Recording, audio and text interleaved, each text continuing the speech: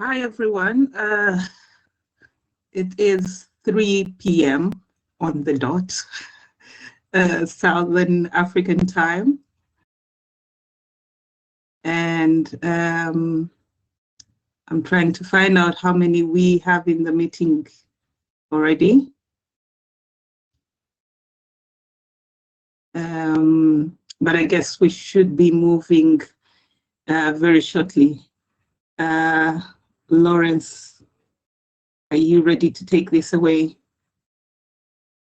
Yes, sure, Rona. Thank you, and a warm welcome from my side as well.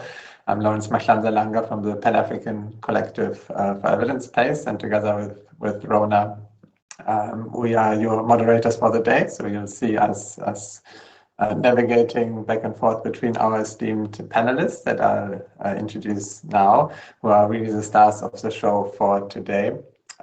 So we have two colleagues from the Ugandan team at the Center for Rapid Evidence Synthesis, ACRIS. That would be Edward and Ismail. So if you can quickly wave, have your camera on and wave. I can't see everybody, so I'm assuming you're waving. And then I think the next two colleagues I'd love to introduce is Andile and Hector from the PACE team in South Africa. Can I see you wave quickly?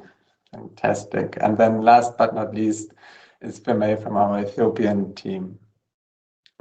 So those five will take us through most of the day, and we'll be talking about 2 years of digitooling, a fireside chat on what we've learned and what's next for AI knowledge brokering. And if this is your first Digitool webinar, Digitool stands for Digital Gender Inclusive Tools for Evidence Use, and it's a 2-year funded project by the Gates Foundation and implemented by ACRIS and PACE in partnership. I have a few housekeepings to quickly get to, and then Rona, I'll probably hand back to you to tell us what's exciting about Digitool and frame it a little bit.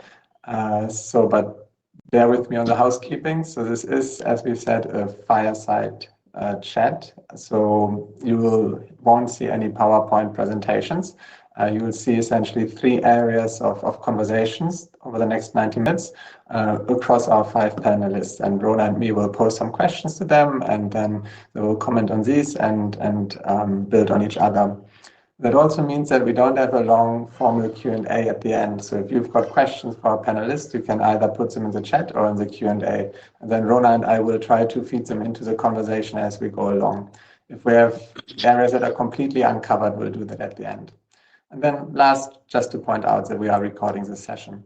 And I hope that was light touch enough. And Rona, maybe I can hand it back to you. Yeah, thank you, Lawrence.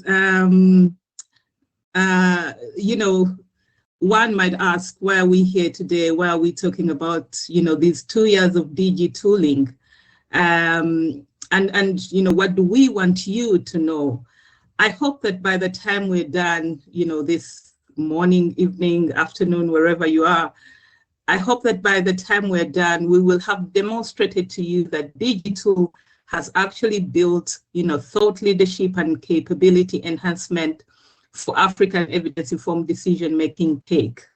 The grant was explicit in wanting to build the capability of African EIDM or evidence-to-action leaders in the tech development space. We have seen that this field, EIDM tech, we've seen it gain traction rapidly, not least due to the AI and evidence synthesis investments. In many ways, this grant that we're talking about is ahead of that curve. Now we want to be bold and claim space in a crowded space, and increasingly crowded, as leaders in EIDM tech rooted in Africa, but with skills and expertise of global scope. In short, if you actually want to invest in EIDM and evidence to action and tech, we are probably still the best people to work with. And I hope that by the time we come to the end of this webinar, we will have demonstrated that to you. And maybe, Lawrence, you can highlight, some of the things that will be sort of discussed or showcased this afternoon. Yeah, 100%. And thanks a lot. And of course, we need to demonstrate that with data and evidence. And so just to give you a few sound bites, you'll hear a bit more. But so data and evidence on the success behind DigiTool over the last 2 years. So we have developed 6 functional digital tools for evidence use and have done so on time and on budget, which is something we're really proud of, because I think before we started, most of our tech projects tend to run over budget and over time. It was different in DigiTool. We also piloted those 6 tools in 3 different policy contexts in South Africa, Uganda, and Ethiopia. And you can gauge from that the tools are not all at a different stage of maturity. So developing 6 tools in 2 years is fast-paced, and piloting them. So for the more mature tools, the ones we developed first, we have some really exciting cases of policy uptake and how they've informed and supported the use of evidence. And you'll hear more about that in the 3 areas of conversation.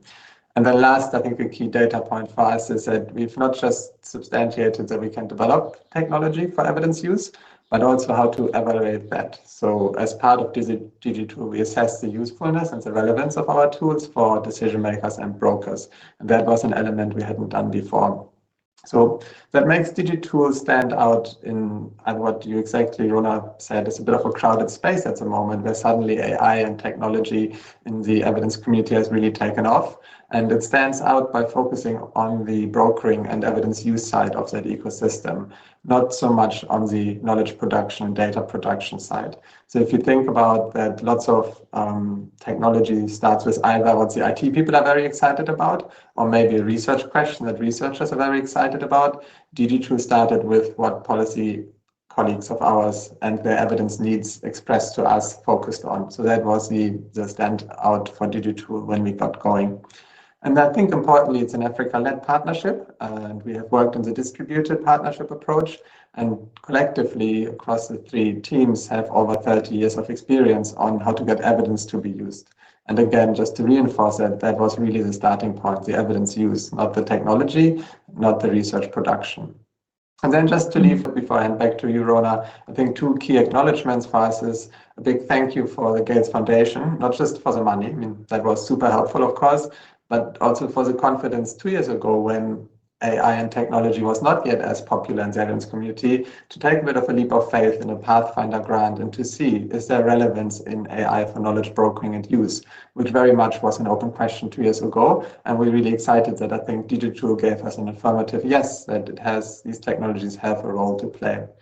And interestingly, in the 2 years, I think the ecosystem, the evidence ecosystem has caught up with that, particularly through an initiative called the Evidence Synthesis Infrastructure Collaborative, ESIC, which in the last 12 months has run a consensus building process on what type of infrastructure, particularly tech infrastructure, is needed in a healthy evidence ecosystem.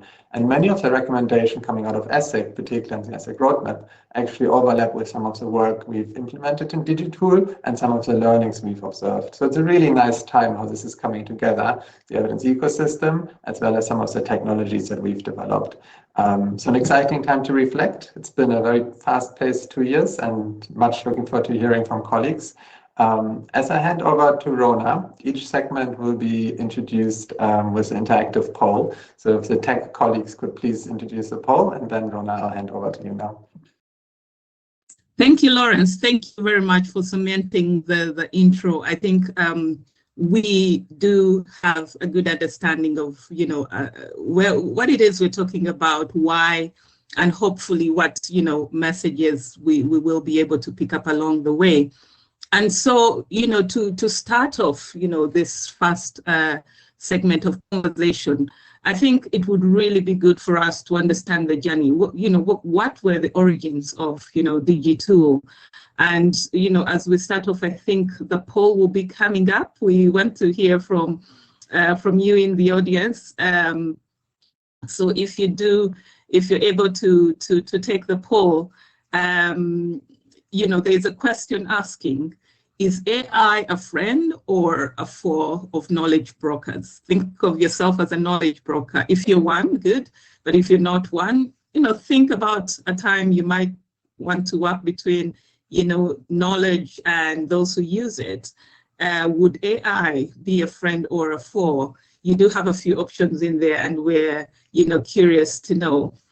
But basically over, to our panelists, in many ways, they have been at the forefront of the teams that have been executing this work. And we would like to hear a lot of what has been happening, in that space. And so I would like for you, my dear panelists, to set the foundation for us by, telling us the story of why DigiTools exists, the needs it was designed to address, and, the partners, Pace, Acres, our Ethiopian team, why these people are actually credible leaders in this space. And so maybe to start off our conversation, what problem were we trying to solve when we began the DigiTool project generally?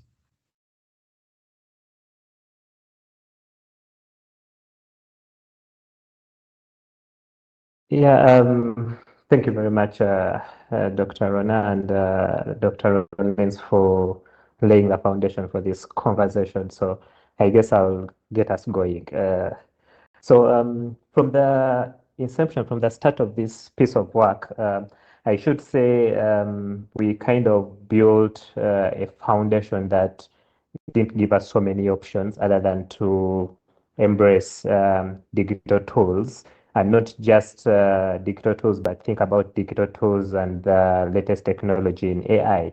So basically speaking, through the different successes that have been registered globally and not just in Africa, but globally, we have kind of empowered policymakers and decision makers over time to embrace evidence for decision making. So you find that through this kind of global shift towards evidence-informed decision making, the needs for evidence have significantly gone high.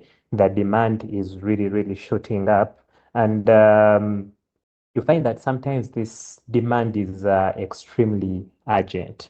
So you do receive an email, a phone call from a policymaker, and they are demanding for support in terms of evidence to inform a decision in a matter of hours or days.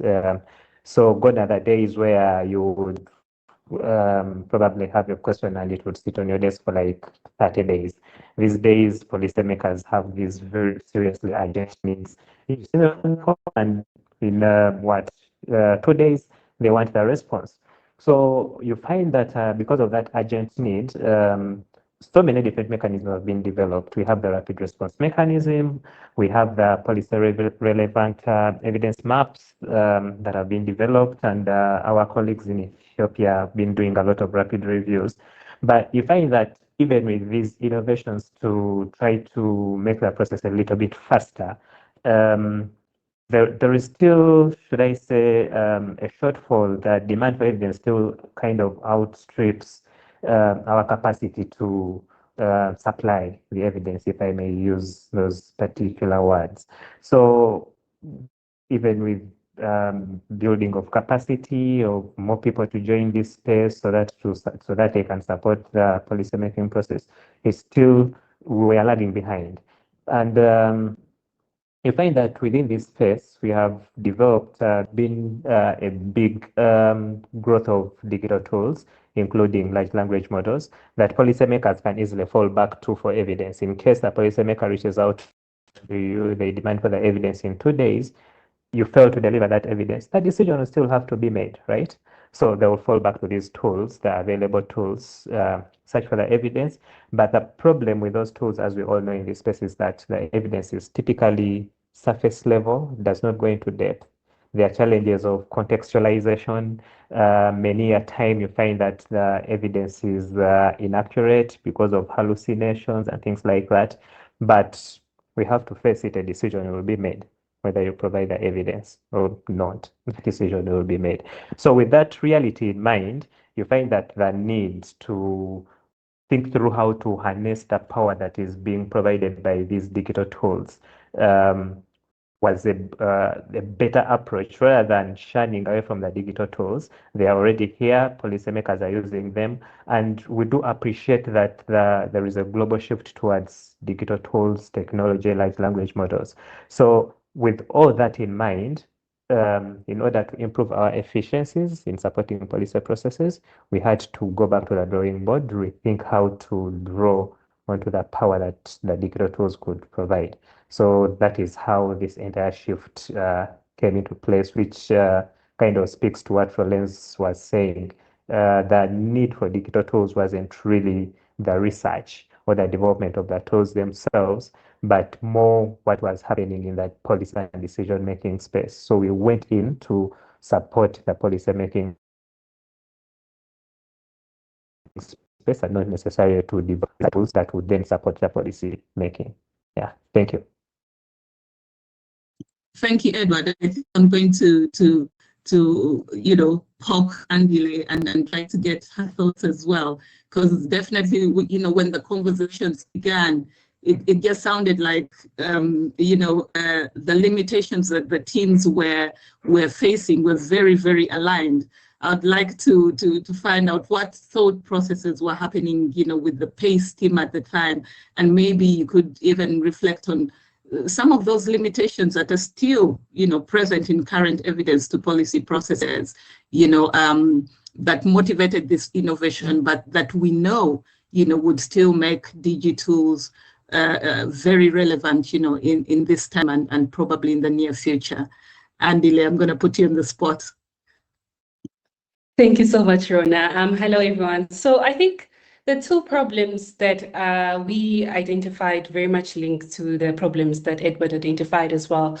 And the first one really links to the fact that AI was on the rise. I don't know if you guys have seen those graphs that show the number of subscribers to ChatGPT over the years. Absolutely has increased. So whether you are for or against the skeptic of AI, you have to sort of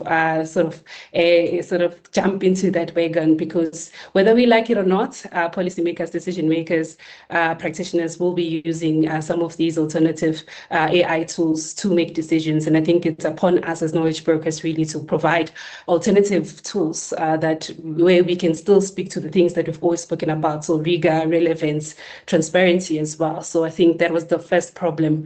And the second problem, which is also something that Edward touched on, was us. We were the problem. And by us, I mean knowledge brokers. So I mean you, Rona, I mean you, Lawrence, Ishmael, and many others on the call.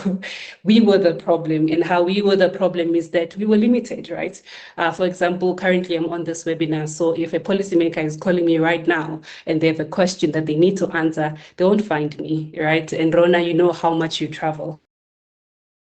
Needs an answer because they're tabling a motion. Unfortunately, they're not going to find you, right?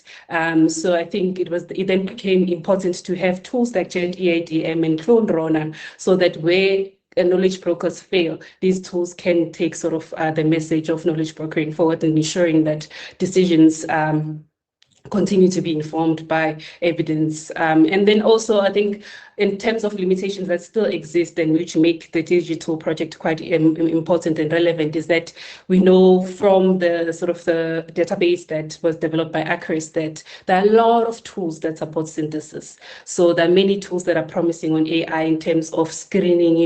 Initially screening would take hours and many people to do, but we know that there are many tools that are helping us to screen faster, to data extract faster. So that process of synthesis, there's many tools that exist in that area, but I think where there aren't a lot of sort of tools is the area of knowledge brokering. So the cloning of Rona, the GenEADM that ensures that the evidence user is able to access the evidence faster. That is where I think the gap really lies and limitation lies, and I think that's where really digital has a strength as well. Sounds perfect. And you know what? I was also waiting for when we were starting these conversations, Andile, you really did push us to think about the gender aspect, the gender, inclusiveness, sensitivity. I remember learning, different words mean different things around that. But that is one thing that these tools, or this particular project was looking to ensure that it inputs. Do you want to highlight one or two things? And then, I would also like to hear, say, from Feme, the conversations that were happening, because again, they still aligned, with the other two partners as well. A quick one from you, Andile, and then over to Feme.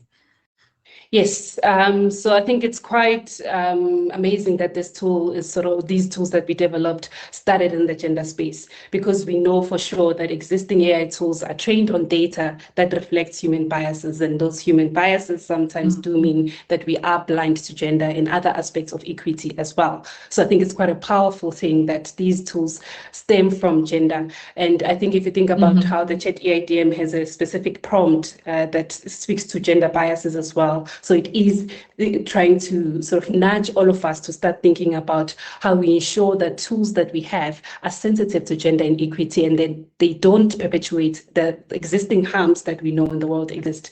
So I think it's quite powerful that one, we started in the gender space, and then two, we ensured that in the building of the tools, we also integrate sort of prompts to ensure that the tools are sort of force us to think about gender inequity as well, and ensuring that we don't just take on systems that are existing that are based on some of these biases. Fantastic. Thank you so much for highlighting that. I think it was one aspect that I really did appreciate right from the start, and I'm still excited about, to date. So, Ame, what were the conversations happening at the time with your team? Yeah, so thank you, Rona. This question really takes me back to the initial, like the early days. And, everything really started with the conversation around the experiences that we've had. And you've heard in the opening that we have more than 30 years of experience collectively on this space. And you can only imagine, the commonalities of the challenges that were raised by Edward and Andile, and the common understanding that we've had of these challenges and what we face day to day with the interface of evidence to action and working as knowledge brokers. And there was a real recognition of the experiences, the challenges, and as Andile mentioned, the limitations that we've had in the specific teams that we're in, and also, the aim and the goal at the end of the day of this expediting what we were doing, at the same time keeping the quality of what we did. And it was really interesting to see, the different commonalities and the complementarities of our teams. Just to mention few, you can see the strengths around policy advocacy, system thinking that we can bring from PACE. And when you go into the ACRES theme, you see the really strong capacity around rapid evidence capabilities and the brokerage experience that goes really well with what we have in Ethiopia of working around evidence to decision, and the institutionalization experience that we have, and that really tied very well with one of the pillars that we've had in here, which was the focus on context specificity.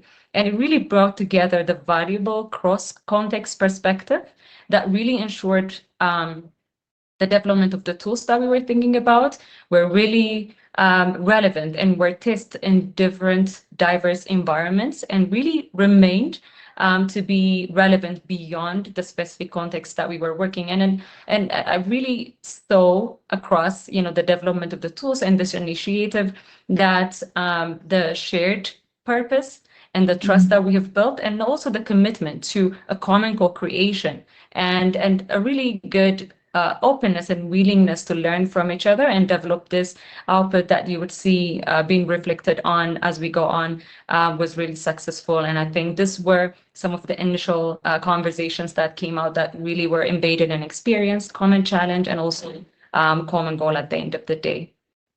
Yeah.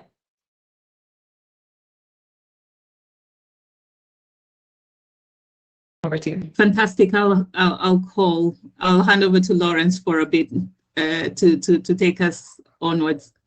Yeah, no, thanks. And I might just come a little bit on this theme of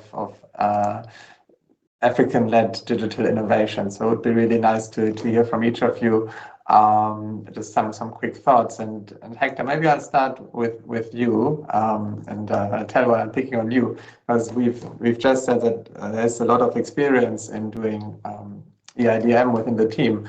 But of course, you were the business analyst, right? You were in a way, you were the tech person that was thrown amongst all these EIDM people and all these brokers. So what was your experience starting to work with this? I'm not sure, yeah, this slightly crazy bunch of people. So how was that for you? And maybe afterwards, Andile, we can come quickly to you on the innovation element. Okay. No, thank you so much, Lawrence, and hello to everyone joining us today. So yeah, no, from our side, when we talk about digitals and where we kind of sort of began, for me, it always comes back to this whole idea of an African response and African challenge. So across the continent, like we sort of know that knowledge brokers and policymakers are working in environments where evidence is needed quickly, but the pathways to get that evidence is often slow, scattered, or simply not, designed with our realities in mind. So the starting point for me was really quite a practical one, to be honest. So, and it was really centered around how do we support decision making with tools that actually understand the context, they are savvy, and that was really at the heart of this project, if I may put it that way. And that's why, for me, like an African-led digital innovation is so important. It's not just about creating another tech solution. It's about building tools that recognize our languages, our workflows, our constraints, and very specific ways in which African policy processes sort of operate.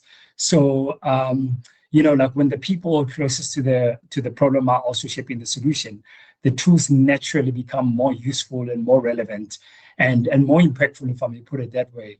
And we are not, just talking about, the whole notion of taking like a global model and trying to adjust it. So digitooling is really at the center of just very much about, like rooted in African policy needs from the ground up. And now let me just give you like my slide perspective as a business analyst working on this project. So there were really, when I started, there were really like strategic sort of drivers that guided this work, right? And one was really centered around, the timeliness of the timeliness issue that we're trying to resolve, evidence overload, fragmentation of the evidence itself, and so Andile already touched base on some of the tools that we've already built, and the accessibility as well. So in many ways, Lawrence, digital grew out of challenges we were seeing every day across the continent. Like just in summary. So as the tools continue to sort of evolve, for me, we are not just digitizing evidence. We are reshaping what knowledge brokering can look like, and when innovation is truly led by Africa for Africa. So that was really my sense in this project. So thank you. Fantastic, Hector. That was a really powerful overload, and I hope it's okay, Andile and Ismail, if you can both comment on that briefly, because I remember you were on the stage together at Evidence 2023 in Entebbe, and you spoke exactly to this element of African-driven innovation in EIDM, and now we've got Digitool. So maybe a quick prompt to reflect on that for the two of you 2 years later. Sure, I can get us started. I think for me, it's very important that we recognize existing capacities in Africa to drive digital tools and innovations. I think sometimes it looks as if we are behind, but actually, for the most part, we have been in the forefront and have been for a while now. So I think it's great that now we can be out there, and it shows that we are at the forefront of developing digital tools as well. But I think also to link to what Hector said, really the idea of African-led digital innovations really speaks to the fact that context really matters. Relevance is important because it sort of touches on the needs and the challenges that we have in the continent, but also really leads to ownership, and ownership is very important for impact, right? So if you want the tools that we design to be more impactful, it's very important that they're relevant to our needs and challenges, but also that we are able to take ownership of them, but then also we are able to trust, because when you develop the tool with the policymaker or the user, you are able to trust that the tool really speaks to your needs and is relevant to your context as well. Any additions there, Ishmael? Yeah, certainly when it comes to Africa, for me, it's a complex story. Africa is not one story, it's multi-layered. But I'll try to summarize it from the story of the rapid response service. Couple of years back, I think probably 15 or more years back, a courageous lady took on the mantle to spread the word about rapid response, and not just show that it is feasible, acceptable, but also it works. She took on, I should say, the gospel or the evangelism of spreading the rapid response throughout the world. And I'm sure so many people here and so many people in this space have gotten to know about rapid response, either directly or indirectly through the works that started at that point. But that's just one story. So many other innovations have come out through Africa, and all have been given life. I could talk about PACE's evidence maps have been given life, and getting the mapping, the EPPI mapper itself was something that was born out of Africa. So when we talk about Africa-led, it's not something that just starts out of the blue. It is a story that has been going on, that keeps going and growing. So when it comes to now digitals or the context, the other context within which it comes, COVID. For all those who remember COVID, the painful reminders of COVID, and I apologize if I have to take you back. I'm sure a couple of people here may not want to remember that. But in their COVID, around COVID, everyone started talking about rapid reviews, rapid everything. But also, just about that time, I'm sure policymakers who are interacting with were also scampering to find this information. Just as we were getting a curve around COVID, ChatGPT threw a curveball to all of us. And it has sort of caught on, and everything has been spiraling, going up. So when the opportunity came to us to really put a foot in and provide direction from what my colleagues have pointed out on the issues, for me it was a non-starter, because one, the experience was already there. We knew what we were doing. We had the practical experience. When we talk about the tools that we are using, we knew what tool was painful to use. So, for example, we had a tool we used to screen sometime, and that got us through so many loopholes of understanding how EndNote works, then going to reconfigure what EndNote looks like. So basically, a tool that was meant to help us do something very fast we ended up taking a lot of time. But what was the missing gap there? Just understanding the tools, understanding what they're about and the landscape of that, getting someone to show you that guide, to show that. So for me, the experience of the space was already there. The experience to actually do and lead was already available. What now AI gives us is the unlimited opportunity to dream and put forward things that we are talking about to solve the challenges that we are talking about, and go forth to develop this chat EIDM, where someone just not goes on a mapper and you trying to understand which cell is this 4x4, this cell, then open this filter, and where am I finding the evidence? So you already have a chart that you can interact with to find the evidence very quickly, to streamline that rapid response that we are talking about, to think about the processes where a number of people at the time of COVID were asking, how can someone do a systematic review?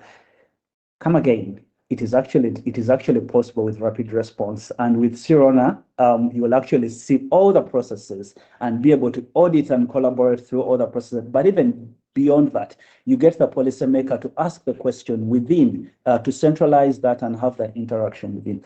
So for me, first and foremost, that experience that we had, but then going a step further to show the feasibility, to build our own capacities, to be able to do this work, is the journey, but also the ability to show the world and to be able to share the tools that we've done.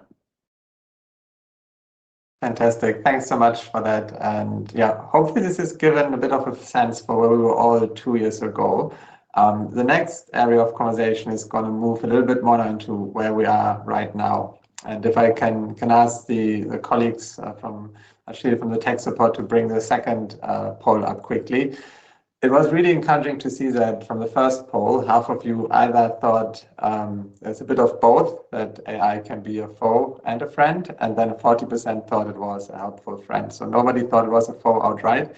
And I think that reflects quite well also where we were 2 years ago. Like we had a hunch that this might be useful, but now we've managed 2 years later to substantiate that.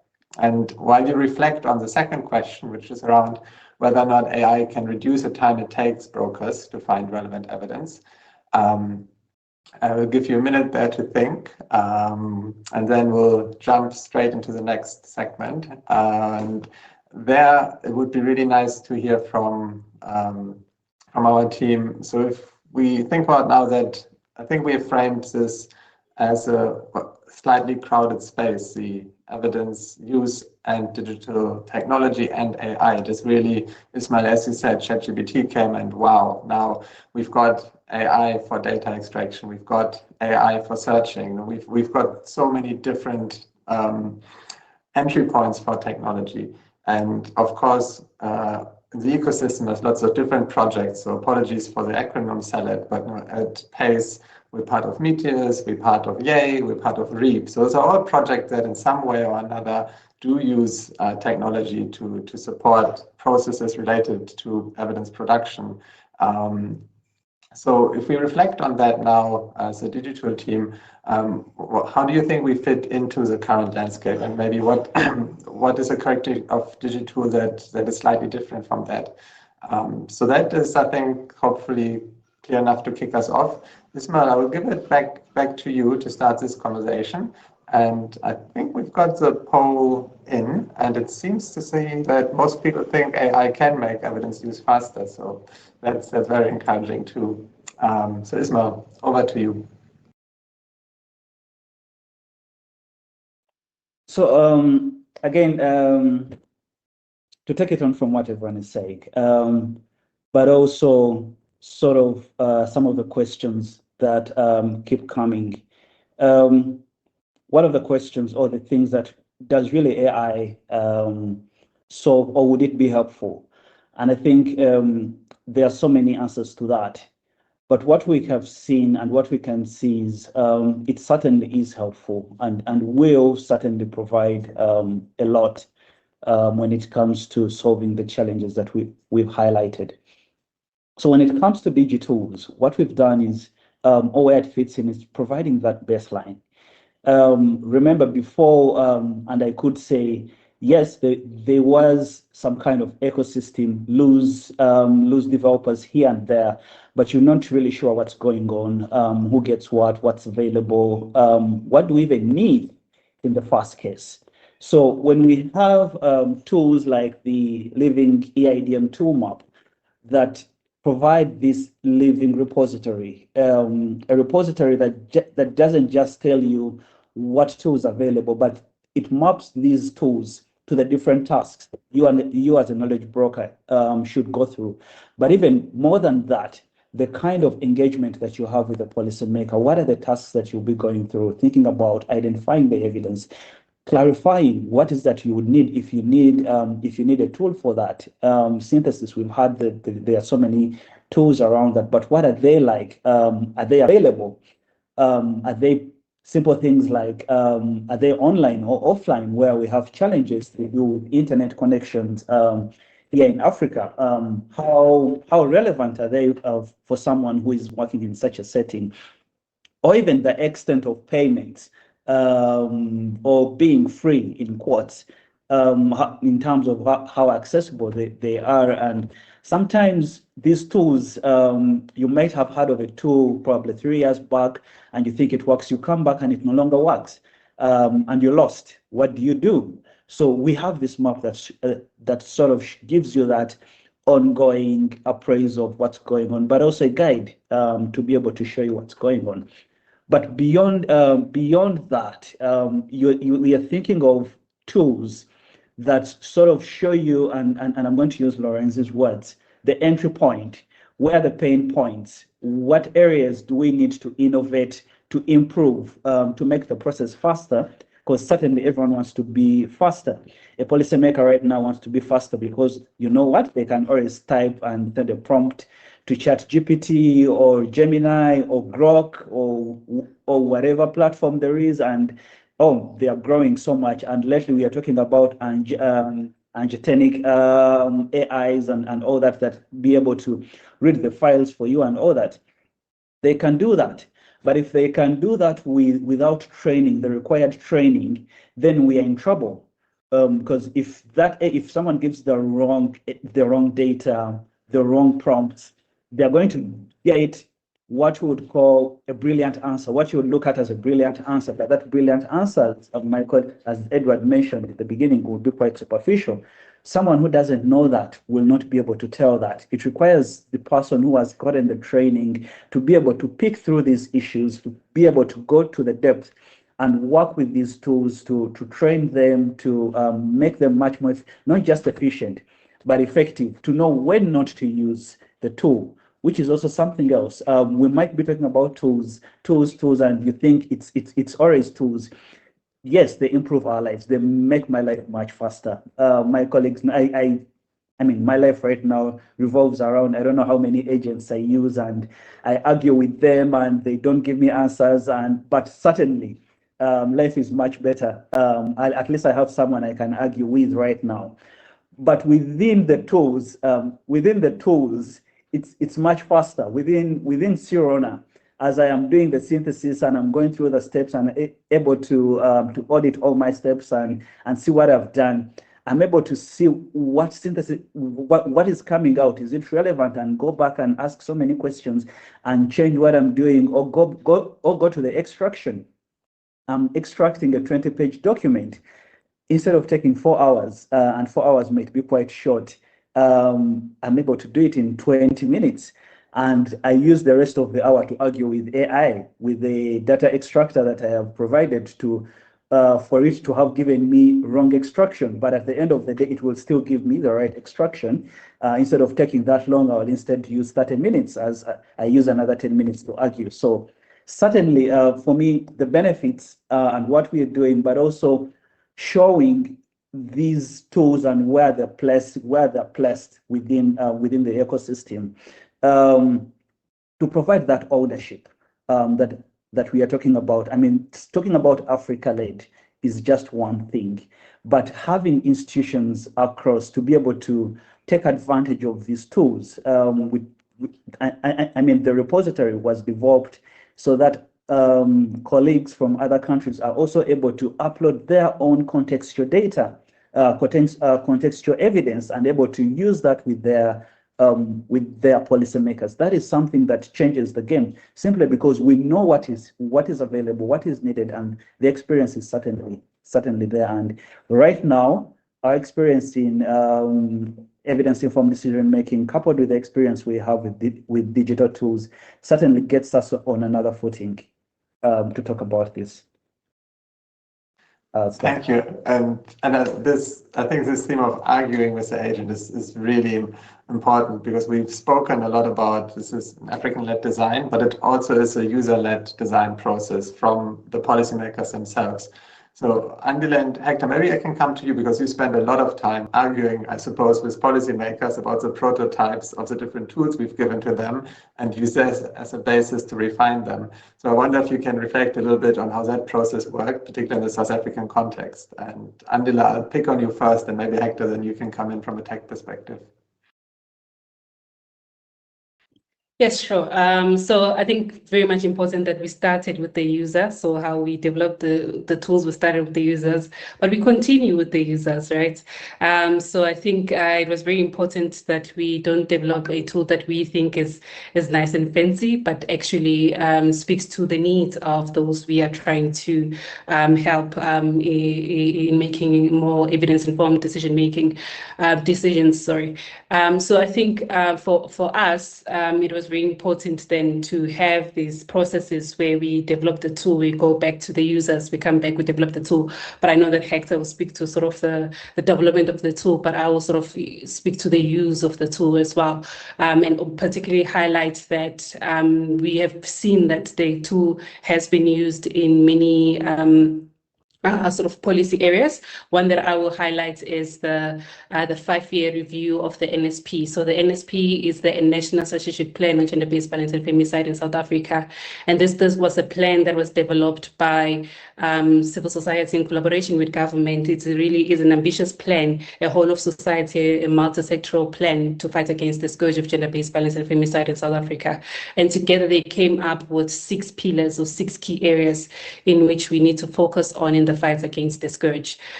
So this plan was first sort of implemented or defined in 2020, and in 2025 that sort of marks the halfway mark, because the plan is sort of a 10-year mark to say by 2030 we want to see reduced levels of gender-based violence and femicide. So as part of the 5-year review, the Chat EIDM, which is sort of the chatbot that is within the evidence map, was used in writing that review, which was launched, I think, last week. I know Dr. Hershadal is also on the call from the National Department of Planning, Monitoring, Evaluation, and that review was launched last week. And most of that sort of review was also informed by Chat EIDM. So we are seeing the use of Chat EIDM not only in sort of the day-to-day as for us as knowledge brokers, because we have also sort of come up with what we are calling a one-day rapid review. So those who have done rapid reviews would know that the rapid review takes about 3 months, most ambitious a month. But because we have an existing evidence base, and what Chat EIDM allows us to do, we've been able to do what we call one-day rapid reviews. So it has helped not only knowledge brokers, but also those who are implementing very high-level policy frameworks such as the NSP. But Hector, maybe you can come in on the tech side of things. Yeah, thank you so much, Andile, and thanks. I think that's a great question, Lawrence. And if you may just allow me to just, take a step back just before I start with the tech side of things, I just wanted to also just touch base on just the combination of the EIDM, theory, the practice, and the tech in one ecosystem, if you may allow me. So from my perspective as a business analyst working across the digital project itself, when we talk about combining the EIDM theory, the practice, and technology, what we really are doing is trying to close the gap between what evidence should look like in an ideal world and how policymakers actually work day to day. So EIDM theory gives us that framework, right? Like how evidence should be accessed, what quality looks like, and how decisions ideally use evidence. But in practice, especially in many African contexts, policymakers are juggling, a couple of issues, time constraints being one of them, unstable networks or limited data, and very real contextual sort of pressures. So even if the evidence exists, it's often not accessible in ways that fits their work. And that's where the tech comes in, really. And that's where I felt like my role was much more meaningful, if I may put it that way myself, because a big part of my job was listening to the lived challenges from our stakeholders. So whether it's it's the ministry official in Togo as an example, or a provincial data team in the Western Cape province of South Africa, or researchers in Cameroon, just as an example, and translating those needs into features that our developers can actually build. So the reason why I'm bringing this up, colleagues, is that I'm trying to paint a conspicuous picture over here that instead of technology being this separate add-on, we are using it to operationalize the theory and respond to the practical realities of our stakeholders. For example, as part of this project from a PACE perspective, and we've developed 3 tools, right? One of those tools is the Responsive Evidence Hub, right? The other one is Chat EIDM that Andile just alluded to, and the transcription tool. So really with the Responsive Evidence Hub, what we're trying to do there is just to give structured access to curated evidence, which reflects the EIDM theory, and in a format that is quick and intuitive for users. And Chat EIDM leverages the AI bit, which is the large language models. And so in there, the whole idea is just to turn dense technical evidence into conversational insights, from how we've developed the chatbot, and in which supports real-time decision making. And then lastly, the tool that we kind of developed as well as the transcription tool, which helps us capture learning from stakeholder engagement, and which is often where the context comes out most strongly. So when these pieces come together, colleagues, we are not just giving people tools. We are creating an ecosystem where theory, practice, and technology reinforce each other. And I think that's the most exciting part of this project in itself, because what we are building is something that's not only technically sound, but genuinely grounded on how decisions are made on the continent. So that is my perspective on that question, Lawrence, and over to you.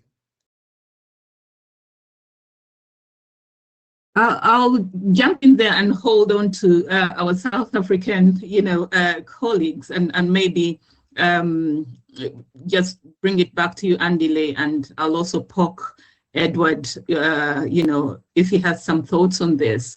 But in your experience of doing this, how does the digital address the contextual decision-making challenges that African policymakers frequently face? So many of the things you have said, we would probably be able to relate to, in all kinds of contexts. But how does this tool actually address the contextual decision-making challenges that African policymakers frequently face, which may not be fully captured, in larger global models? Yes, thank you for that question. So I think the first one is that so our evidence base the one that I'm referring to really recognizes a broad definition of what counts as evidence. So I think that really speaks to the needs of decision makers in the local context, specifically in South Africa.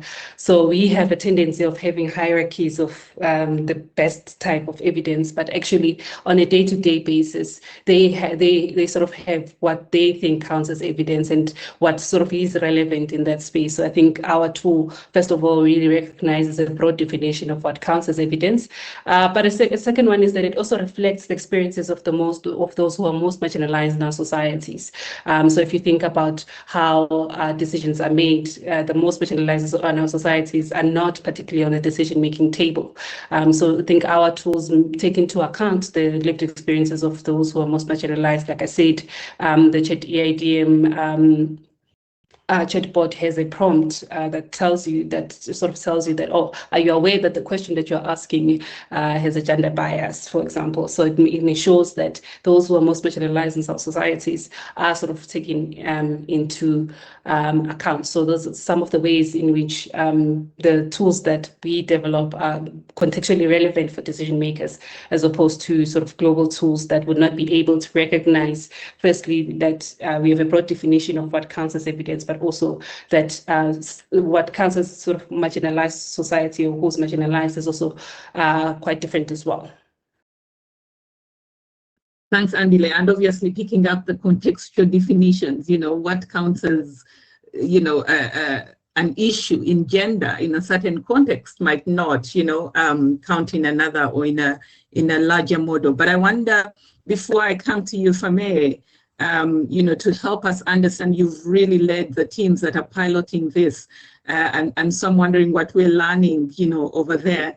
I'm just checking in with Edward to see if he might have something to say about, the tools and how they address the contextual decision-making challenges.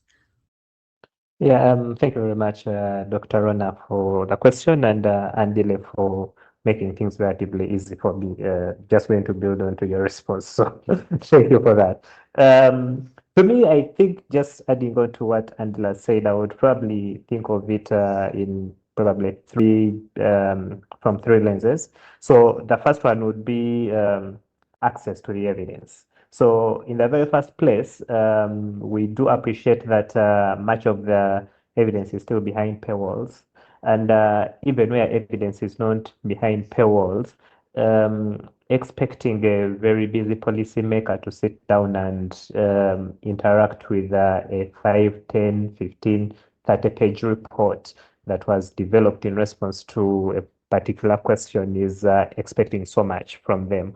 So we do have researchers who are attached to the policymakers, but even then, library access is still a major challenge. There are a few issues here and there for capacity and all of that.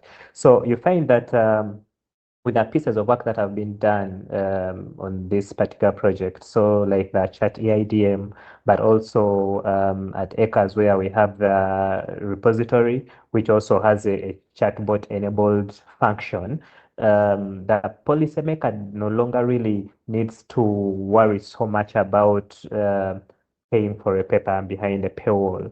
Not to say that we are making the papers available to them because there are so many copyright laws involved. But if evidence has been synthesized into this particular rapid response brief, into a rapid review, and that rapid review is done by one of us within that team, but also the papers themselves do have abstracts that are open access, because typically abstracts, you can read them at any time. So you find that these tools allow the policymaker to kind of access synthesized evidence. So you go into the like the chatbot on the repository that was built by ACRES, and all you need to do is to type in a particular piece of question. So if a rapid response brief has been developed, a policy brief has been developed and is archived and responds to that particular policy question, the repository will flag that particular piece of evidence. If the question does not have a rapid response, but references that have been used in other rapid responses, or generally the body of knowledge that has been used to build the repository has information pertaining to that brief, to that particular question, the chatbot will flag it will flag the references or the links to those papers. However, it will not retrieve PDFs because of copyright laws. But then finally, on access, if you probe the chatbot for a particular piece of evidence, and that evidence is not yet added into the repository, the chatbot kind of redirects you to a knowledge translation specialist, a knowledge broker, for continued conversations on that. To me, that is excellent piece of work that has been done as part of this project. Then the second lens I would look at it is the ability to interact with the evidence. I mean, we've heard a lot about the chat EIDM from the PEST team and from FAMAI, and I think FAMAI will still talk more about it from the user testing. The policymaker, you kind of move away from the static responses where you write a rapid response brief, you write a policy brief, it has this one-page summary, and probably the policymaker will only read that one page and not mind about the rest of the information. The tools we have built actually allow the policymaker to probe for different sections of this rapid response brief or for the policy brief, interact more with this evidence in there, and allow the policymaker get the full holistic image of what the evidence says and what the knowledge broker intended to communicate by developing that particular rapid response brief. I mean, that is quite excellent, and those two things are the first of a kind that we are seeing within this space. And as we've said, that it has been a 2-year project. We are coming to the end of the 2 years of this project, so it is just the beginning. You can imagine what more can actually be done going forward if within 2 years we are managing to achieve this. Then finally, it speaks to what Andila was talking about, very context-specific data. So if I have rapid response briefs from, let's say, South Africa, Malawi, Uganda, Kenya, Ethiopia, indexed into the repository, and I have a policymaker from Malawi probing the repository for a response, if there is a brief from Malawi, context specific to Malawi, that information will come up and it will clearly show that this is the Malawi context and the brief was written with that lens of the context of Malawi. If you do not have a brief from Malawi, it will try and look for the nearest contextual, how can I put that, the context nearest to your particular setting and give you that response. So you would go in and you would probe something around, let's say, women empowerment in leadership in Uganda, for example. And if there is no brief about Uganda, the chatbot will tell you that we do not have a brief about Uganda. However, there is a brief that was developed with the Malawian context, and this is what we are seeing from that particular context. So you find that we've approached these pieces of tools and, as Hector put it, developing a full ecosystem for these pieces of work that we are doing, trying to pay close attention to what the users need, but also putting into consideration the context in which we kind of operate. At the end of the day, Rollins talked about 6 tools.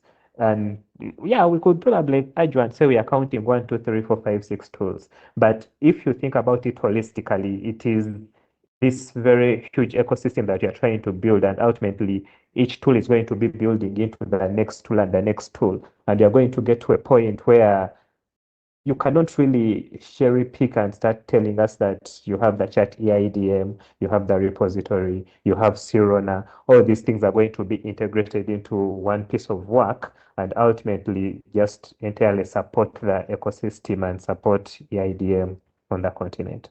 Yeah, thank you.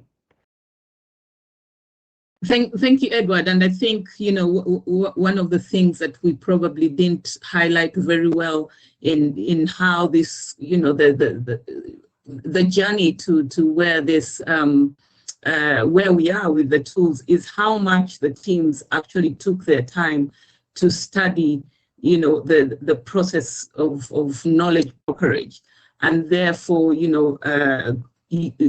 design and evaluate tools that were really, specific for the particular rate limiting, steps that they found.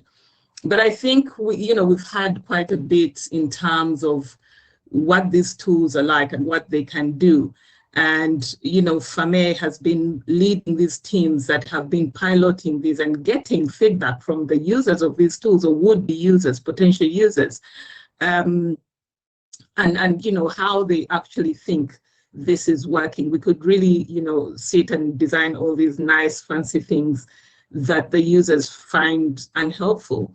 For me, what are we learning from piloting these across, all these very different contexts? Yeah, so you've heard, us speak about the 6 amazing tools that we have developed, right? But as you can imagine, it's one thing, of course, a huge thing to develop the tools. And then it's another layer to really look at it and see how it works in the real world. And we have developed these tools starting from Chat EIDM to Sirona that really speak to the different functions that go into the pathway from evidence to decision.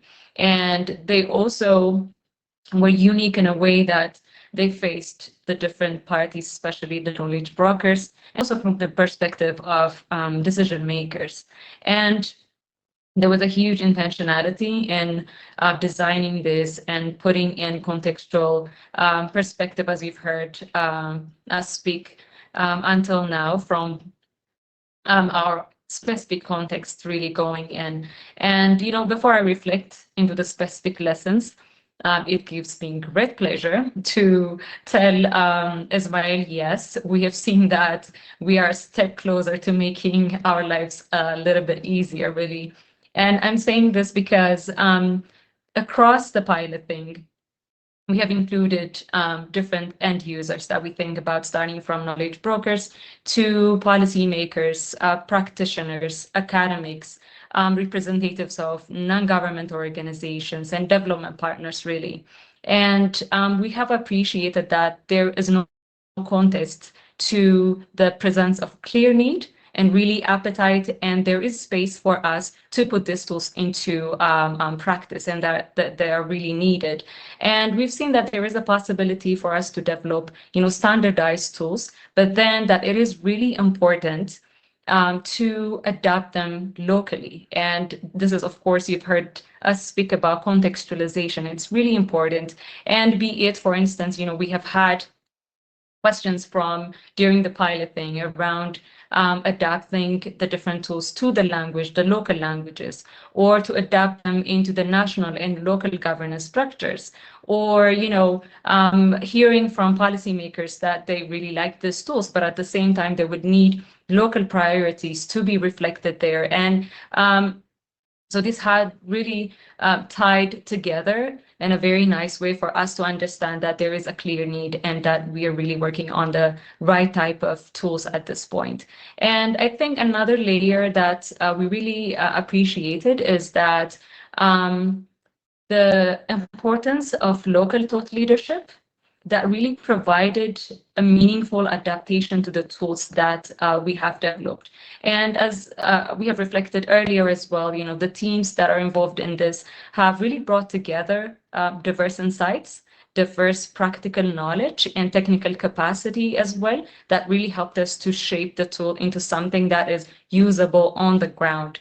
And you know, it was really interesting to see as well. So when we initiated this work and we developed and went into piloting, we were not sure, you know, how the piloting and the timeline of piloting would go, and also how we would be really able to get the feedback from the piloting and try to incorporate it into the tools that we have and make it, you know, responsive to the needs that were on the ground. And it was really exciting to see that our teams really worked in a very seamless way, and we were able to get these feedbacks within as short as 2 weeks, and to get the feedbacks, to get it, you know, incorporated in the tools, and also then look at the repiloting of the tools and see and appreciate that they are really usable and instrumental on the ground. So I would say, you know, overall, it really, the piloting that we did really confirmed that there is need,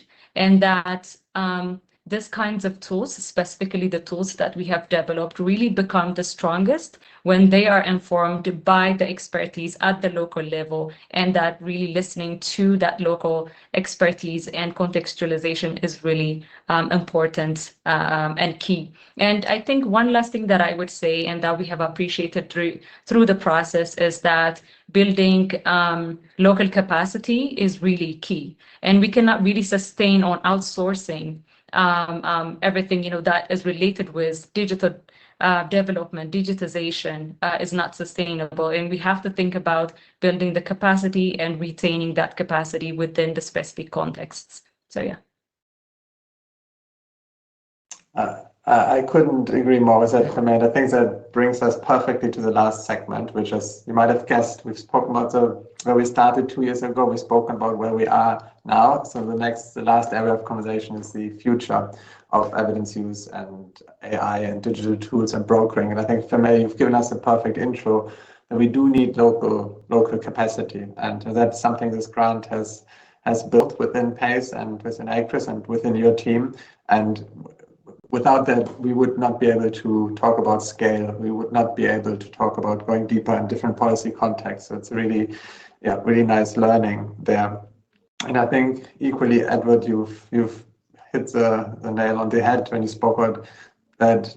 We started thinking about tools 2 years ago, and now we're at systems, not just individual tools. And the partnership across different organizations, I think we talked about 3 tools here, 3 tools there, and it's piloting over there. And what we've learned as well, actually, it's a systems of tools. Collaboration is not just between the tech colleagues, it's also equally between the knowledge brokers. Exactly as you said, Rona, we had to study knowledge brokering in order to design the right tools. And I think that gives us a really, really strong foundation to think about systems. And it mirrors conversations we're having in ESSEC around open data systems. It's not individual tools, individual organizations, but the future is through collaboration. And yeah, with that, I think we have enough time for each of you to reflect on this briefly. While you do your notes, I hope it's okay if we bring the last poll up quickly. The second poll had very strong results for the speed of AI, so that is fantastic to hear. And we'll see what the last one has in stock for us.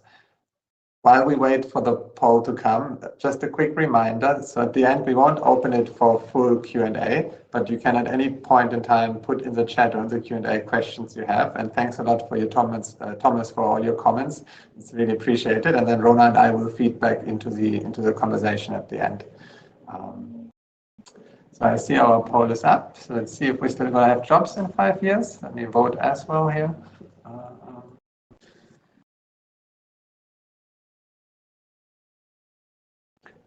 Super. I see responses are coming in, and it seems to be fairly positive on supercharged light speed. So on light speed into the future, Andile, can I come to you to maybe kick us off on this conversation? What do you think is the future of AI and knowledge brokering in Africa and beyond? Sure. Thank you so much, Lawrence, for the question. So I think all of us will remember that when we started 2 years ago, we used to say we want to develop tools that will allow us to go sit on a beach and have a cocktail whilst the tool is doing the knowledge brokering for us. So I think that's still a vision that we have.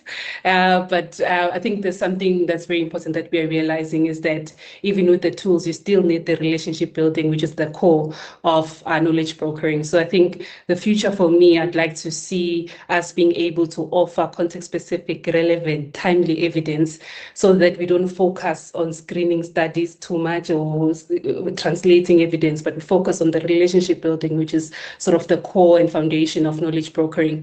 But I think I also wanted to caution us, I would not be the gender lead if I didn't do this.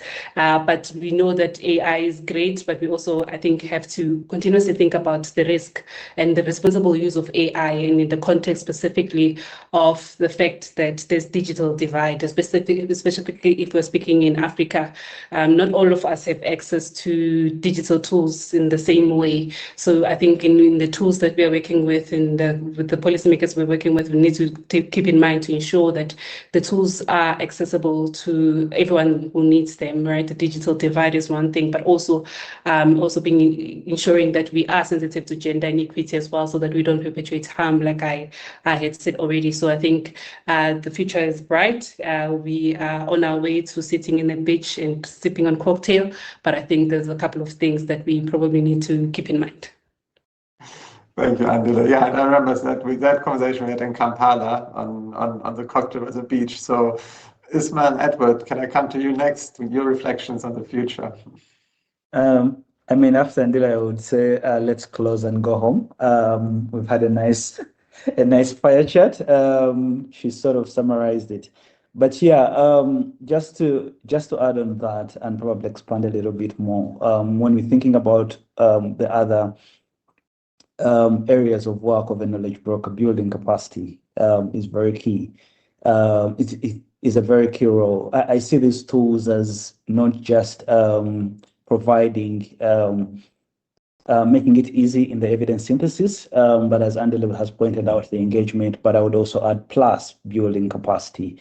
They have the potential to be used in different areas to make learning easier. That is one, but also to expand the areas of learning when it comes to EIDM. So if you're going to train people about digital tools in EIDM, I mean, you already have a course module from the work that has been done.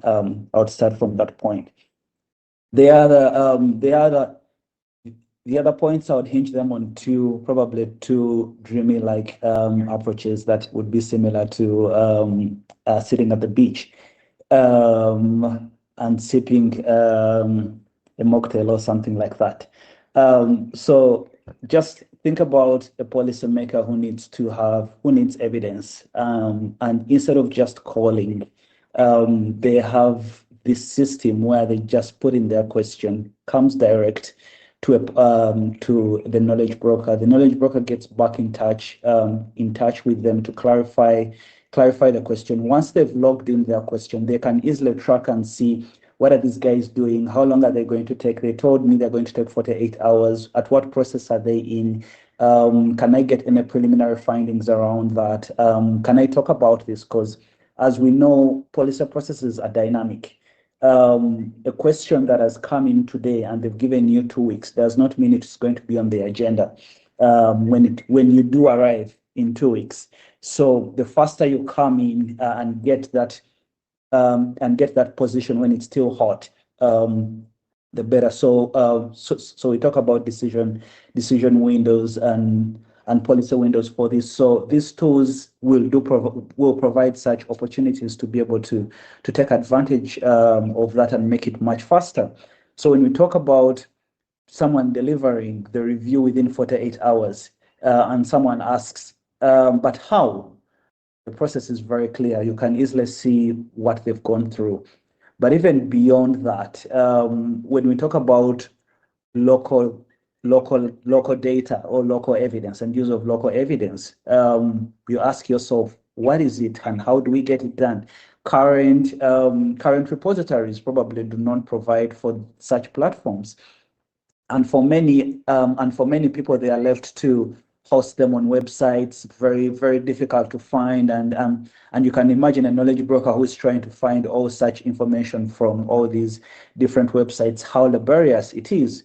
But with such with such digital evidence bases that are interconnected and interlinked, it would be much faster, much easier to find such local data, but also getting the policymakers to interact. So basically, that's a thing of scale. We're thinking about scale and sustainability.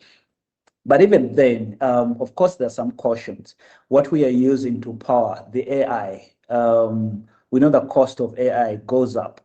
The more you use, it seems cheaper when you're not using it. But once you start using it and more people keep using it, storage, it becomes more expensive. And yet we're developing these tools to improve access. So those are some of the things we now have to really think through and see how do we solve that?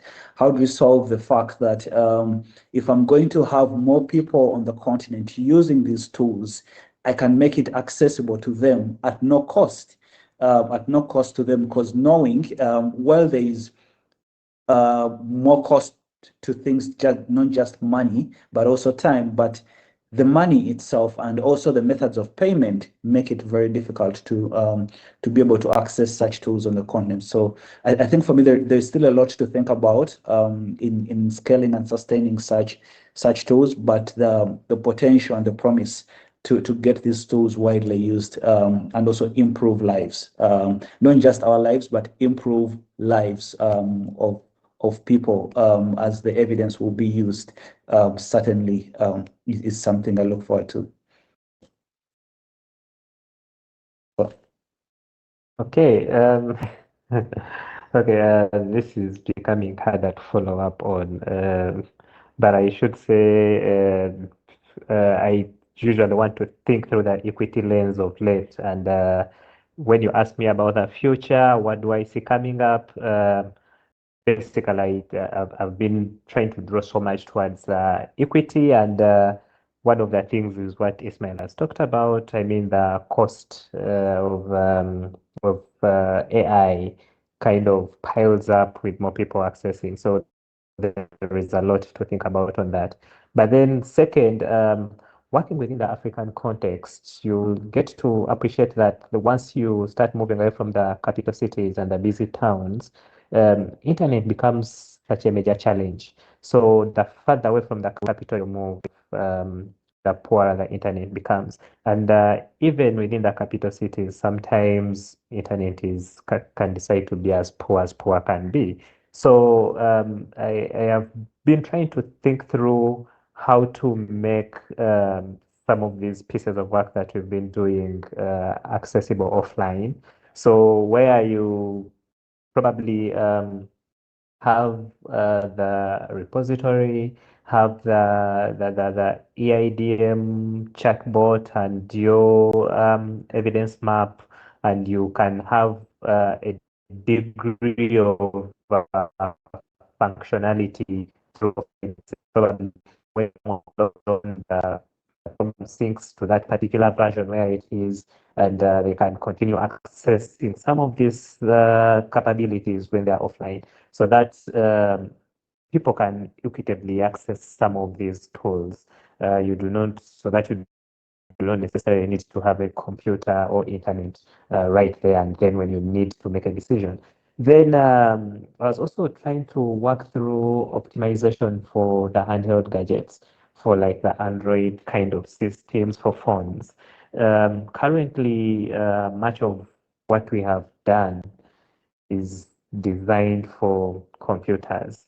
However, still working within the context, as we've been talking about our special context where we operate from. Working within this context, you get to realize that in some of the countries where evidence is going to be used. Computers are kind of a luxury. The more you move into the rural areas, the computer might even be there, but maybe there is no power to kind of power the devices. So you find that people are seated in a meeting trying to make a decision. Probably the evidence is available on the repository. Maybe the chat EIDM could have helped solve something. But the systems are not optimized for Android, and the policymakers have the Android, the gadgets, the handheld gadgets. So there is still a lot to think about when it comes to equitable access, trying to solve more of the African challenges that we operate in. But we usually talk about African challenges, but we could say LMIC challenges, because such challenges are not Africa specific. They're really LMIC kind of challenges. So to me, looking at it from the equity lens, there is still a lot more to be done. Not to say that we haven't done. I mean, we should, even at this point, pat ourselves at the backs and maybe toss to the successes we have made, but keeping an eye to the future. Thank you. Fantastic. Thanks so much. I think we have Feme and Hector left. Then we're probably out of time, and Rona will close us out. Feme and Hector, when you reflect on the future, maybe you can also have a thought on what role you think specific African-based EIDM institutions have to play in that. And Feme, I'll hand it over to you first, and then Hector, you have the last word after. Thank you, Lawrence. Yeah, so just to start with what I see the future to be, one is that I think, especially in our continent, the future is really promising, but I believe that it would really depend on the deliberate leadership and also a deliberate investment. And again, I want to imagine a situation where we will be able to put our energy where it is most needed. And, reflecting on how African institutions can lead on this space, I would say the first thing that we can leverage from is our contextual intelligence that we have, right?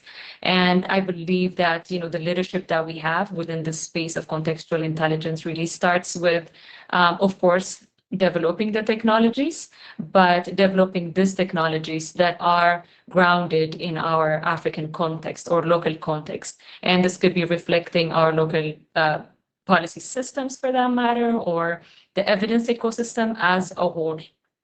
So when we think about this context, really having African institutions be involved in this for their own context would allow us to be more relevant across the different diversities and complexities that we have, and to cater for, the resource constraints that we have and the diversity that, across the regions that we have across the different states within, and the possibility and the capacity to reflect on that.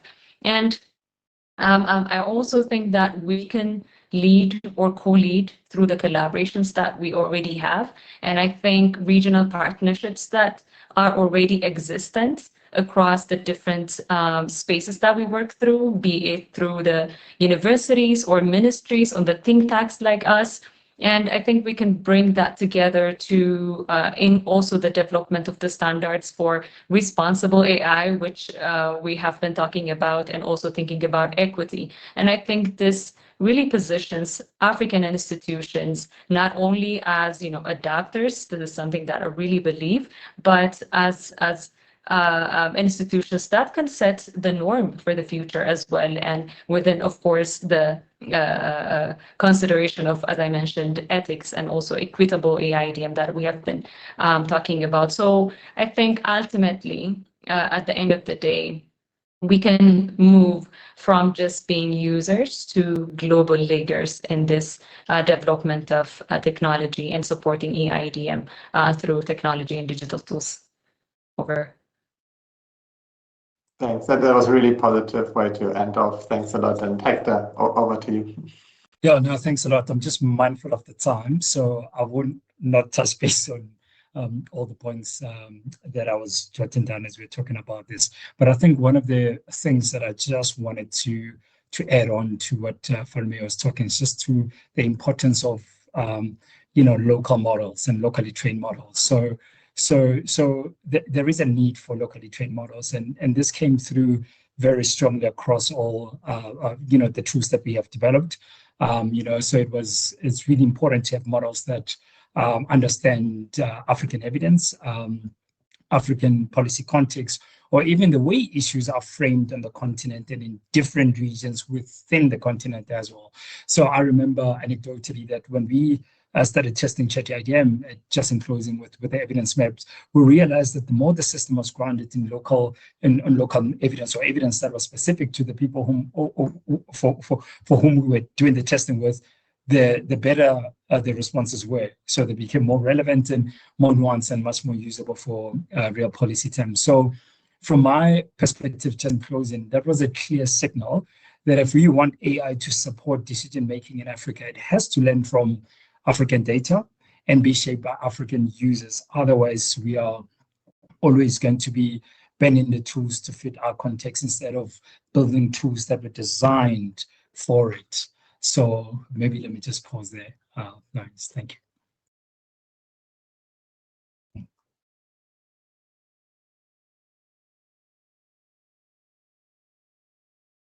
Fantastic. That was a really nice ending.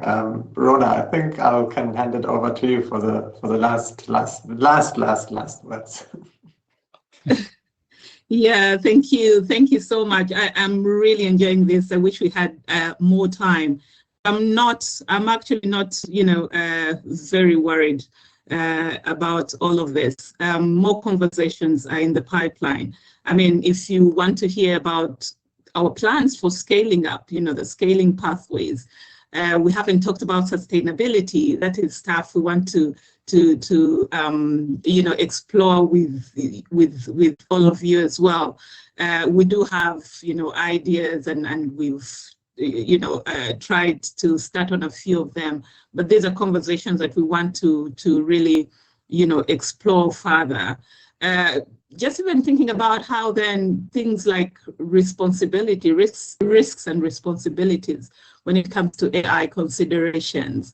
And obviously, as African institutions, how we see ourselves leading, but also working with, when you talk about equity, working within our own institutions to hold the hand of other institutions, or to, have all these South-to-South partnerships that can actually take this further than we would have on our own. These are conversations that we have in the pipeline. So, look out for those webinars and more conversations around digitooling. What do our policymakers who are already using this, what do they think about them, and how do they want to be involved, in the future? All of that, is conversations that are waiting to happen. But I want to hope, if you remember what my hopes were in the beginning, I really want to hope that, you've been able to see how thought leadership and, capabilities have been enhanced, with these African evidence-informed decision-making, EIDM tech. Some of them didn't even know what, AI was in the beginning, Others were up ahead, but definitely the capabilities have been enhanced. This is what the grant was hoping to build, capacity within this space. And I hope that we've been able to showcase that and show how much this, we said in the beginning, it's in one way or another ahead of the curve of current conversations, and I hope we've been able to showcase that. But also, I hope that, our trying to claim the space and be bold in a space that's increasingly crowded, is actually valid. That we're able to show you that Africa is sitting on a whole crop of leaders when it comes to EIDM tech, a whole crop of, expertise that, yes, is rooted in Africa, but has such expertise that goes to a global scope. And that definitely, if you want to go far in investing in EIDM and evidence to action and tech, you know, these are the people you should be speaking with, if not, you know, working with. They certainly are sitting on a whole gold mine there. So I think for me, it's hoping that these messages have come through, and also encouraging you to stay with us, you know, for the next conversations, because they've become, what you had today is nothing, you know. Come back when we have our next conversation and you won't be disappointed. Lawrence, do you have anything to say, I think, as we close this in the next minute? I can just echo that strongly and say a really, really big thank you to you, to our panelists, to everybody on the line. We will share the recording afterwards with everybody who is registered. And I think for most of us, not for everybody, for most of us, the end of the year is coming up. So hopefully you'll get a good break, and then we'll continue digitooling together in 2026 and 7 and 8 and beyond. So thank you very much, everyone. Thank you very much, everybody. We appreciate your time. Thank you for staying with us.